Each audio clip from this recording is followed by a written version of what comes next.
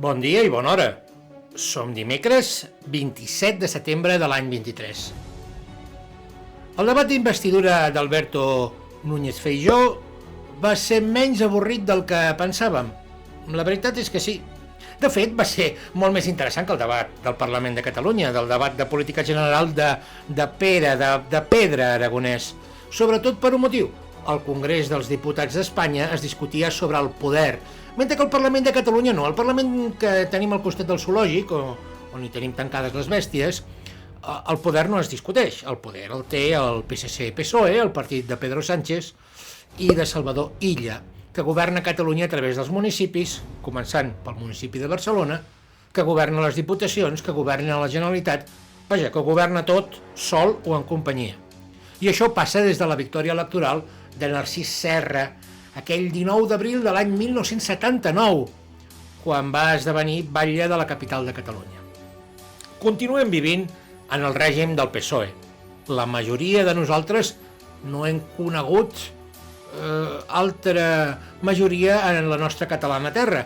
I és que ahir Alberto Núñez Feijóo va dir al Congrés una bona col·lecció de mentides, una bona col·lecció de barbaritats, però també va dir algunes coses certes, va dir alguna veritat, i fins i tot alguna veritat grossa, perquè ja és ben curiós que Esquerra Republicana i Junts per Catalunya diguin que volen la independència de Catalunya, que volen ser independents, quan no són capaços ni d'independitzar-se del PSOE.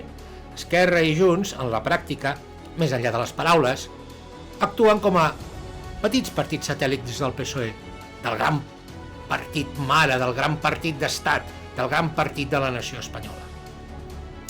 Alberto Núñez Feijóo va dir una altra gran veritat en el seu exercici de rentar-li la cara al PP, i és que els ciutadans volen que parlem d'economia, de la butxaca, del malson econòmic que ens toca viure ara i aquí. I va recordar que l'autonomia catalana es troba en bancarrota, que tenim un deute totalment desbocat, i que mentre cada madrileny deu uns 6.000 euros, cada català en deu 11.000. Feijóo va dir que l'economia és la principal preocupació dels catalans i no la independència.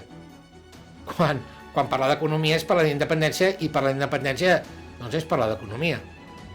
O és que els espanyols obliguen Catalunya a romandre dins d'Espanya per un amor desmesurat i no correspost? No. No ens feu riure, no ens fem riure, que aquesta conya ja no fa gens de gràcia.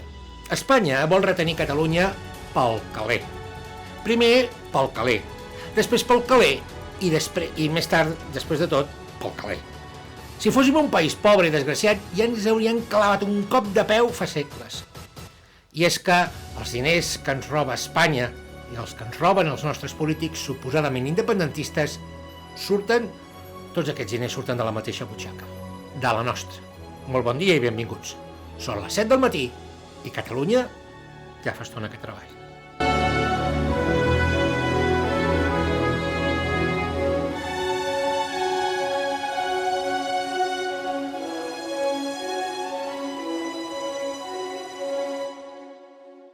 Ahir ja vam veure en què consisteix l'independentisme d'Esquerra i el de Junts.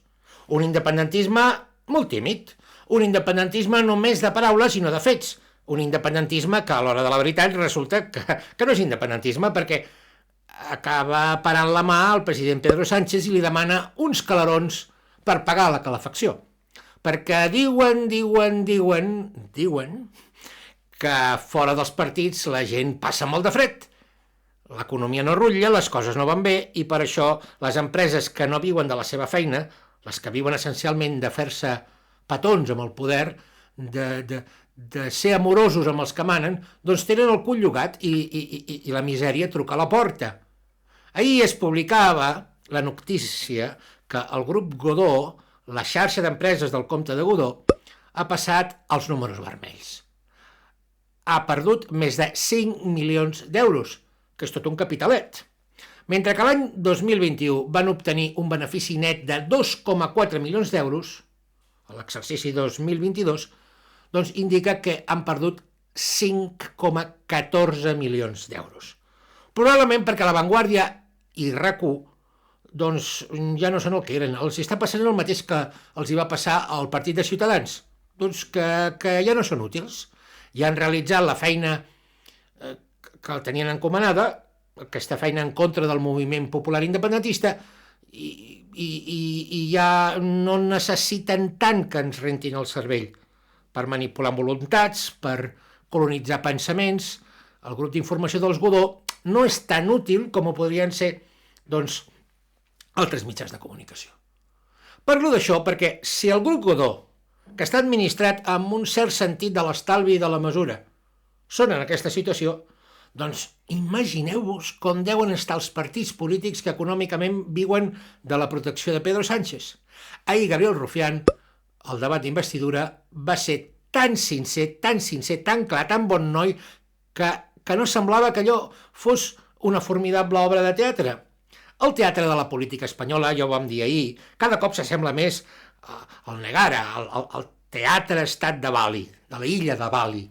Ahir Gabriel Rufián va parlar primer en català i després en espanyol, perquè es veu que l'independentisme en català no s'entén encara que el tradueixin. Bé, va ser molt clar en Feijóo. Li va dir que el primer beneficiat de l'amnistia aquesta de la que es parla és Espanya. És a dir, que Rufián, que Junqueras, que Esquerra, treballen pel benefici d'Espanya, que l'amnistia reforça Espanya, i que si els del PP són una bonica col·lecció de salvadors d'Espanya, els d'Esquerra, doncs no volen ser menys. Ells també volen salvar Espanya. Aquí tothom presumeix de les intencions més nobles perquè no poden presumir de cap acció digna de ser esmentada. Només presumeixen de bones intencions. I sobre Míriam Nogueras es pot dir tres quarts del mateix. Va parlar sempre en català, però el que va dir jo no crec que sigui digne de ser gaire tingut en compte. I és que Nogueras es va posar molt èpica, es va posar somniadora, es va posar a somiar truites, però en públic, oi? I va dir que el que busca és un acord històric, com si abans de fer un acord, qualsevol acord, la gent sabés si és històric o no és històric. I va repetir les paraules del president Puigdemont quan gosava dir fa poc que pretenia fer una acció política que revertís la derrota de l'11 de setembre de 1714. No està malament. Com si aquella formidable derrota militar i la persecució històrica de Catalunya es pogués ara capgirar, doncs tenim bones relacions amb Pedro Sánchez. Com si l'absentisme polític de Puigdemont, durant anys i panys, la manca d'acció política de Puigdemont durant tant de temps, l'immobilisme i la vergonyosa col·laboració amb polítics de perfil espanyolista com Xavier Trias, doncs es pogués esborrar ara, per art de màgia, amb una acció sorprenent i electoralista, populista. El que necessita Catalunya, i encara més l'independentisme polític, no són operacions espectaculars, jugades mestres, sinó una feina seriosa i estable, continuada en el temps, decidida i socialment consensuada.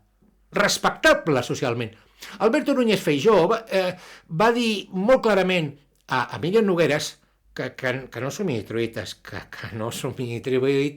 que Pedro Sánchez no només no pot fer tot el que li ha promès a Junts i a Esquerra, no només no ho pot fer, és que tampoc no ho vol fer.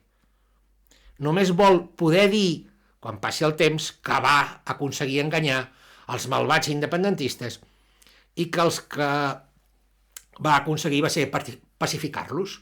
Aquesta és l'estratègia de Pedro Sánchez. Feijóo va venir a dir que els independentistes havíem d'anar amb molt de compte. No ho va dir perquè sí, ens poden enviar una altra vegada la Guàrdia Civil i l'Exèrcit. Això també, amb això sempre hi hem de comptar. Les amenaces encobertes de la dreta cavernícola espanyola mai no falten i ahir no va ser cap excepció. El que va ser molt interessant va ser quan va venir a dir que Pedro Sánchez pensa pagar a Carles Puigdemont amb un xec sense fons. Que per molt que sembli que sí, doncs a l'hora de la veritat, doncs serà que no.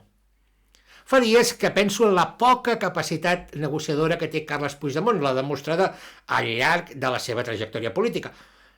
L'altre dia em van explicar que alguns antics membres de Terra Lliure, de l'organització armada, és a dir, gent que té una certa idea de com funciona això de la confrontació, anomenen en privat a Carles Puigdemont, l'anomenen el nen. I l'explicació d'aquesta denominació és que és massa ingenu, és massa impressionable i no sap gaire res de política. Ara bé, no tot són males notícies.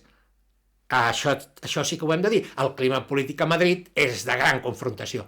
I per qualsevol independentista és una satisfacció veure com el PP i el PSOE es consideren tots guanyadors de les eleccions i que l'altre partit els vol robar la victòria. A més, Feijóo té mala relació amb part del seu propi partit i notablement mala relació amb Vox.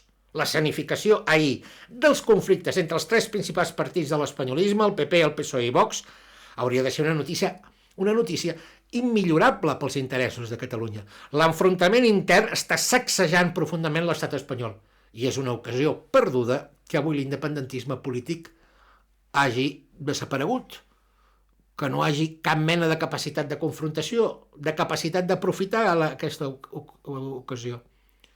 La lluita fratricida entre la classe política de Junts, d'Esquerra i de la CUP sembla que hagi contaminat els polítics espanyols, que exhibeixen, com gairebé mai, les seves diferències. Sí, l'espanyolisme tremola, i tremola perquè la dreta i l'esquerra espanyola, que en el fons són dues empreses, dos grups d'interessos, estan pràcticament empatats. I l'empat els debilita a tots, els dessagna als dos partits.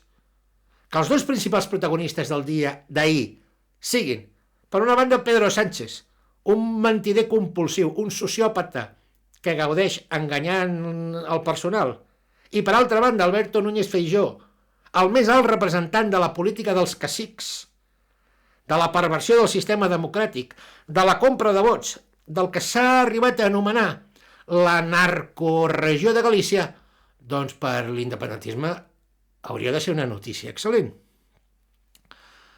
L'espanyolisme tremola perquè la confrontació política cada cop més dilatada en el temps afavoreix clarament els interessos de l'independentisme català. L'espanyolisme es debilita, no s'aguanta sense recórrer una vegada i una altra a la repressió, a l'abús, a l'incompliment de les regles del joc, a la hipocresia del classisme, allò de l'ordeno i mando, a la lògica militar de la tradició centralista de l'Estat. Estan força desconcertats, força desconcertats i força cansats. Sí. Com més passa el temps, hi ha més partidaris de la separació d'Espanya al marge, sí, dels partits polítics. Cada cop hi ha més electors que pensen que, encara que Junts i Esquerra siguin formacions polítiques que han perdut tota credibilitat política, el futur de Catalunya passa per aixecar la bandera de l'estel solitari. En fi, no tenim temps per res més. Demà continuarem. Per favor, recomaneu aquest espai si us ha agradat i poseu que si us agrada això del like, si és el cas, per favor subscriviu-vos també a l'aixeta perquè ens puguem mantenir financerament. Moltes gràcies per fer-nos costat. Gràcies a Pere Badilla i a tot l'equip. Aquí em teniu, enfrontat als nostres partits polítics actuals i convençut del futur de Catalunya. Disconforme, incòmode, malcontent, l'os de la música.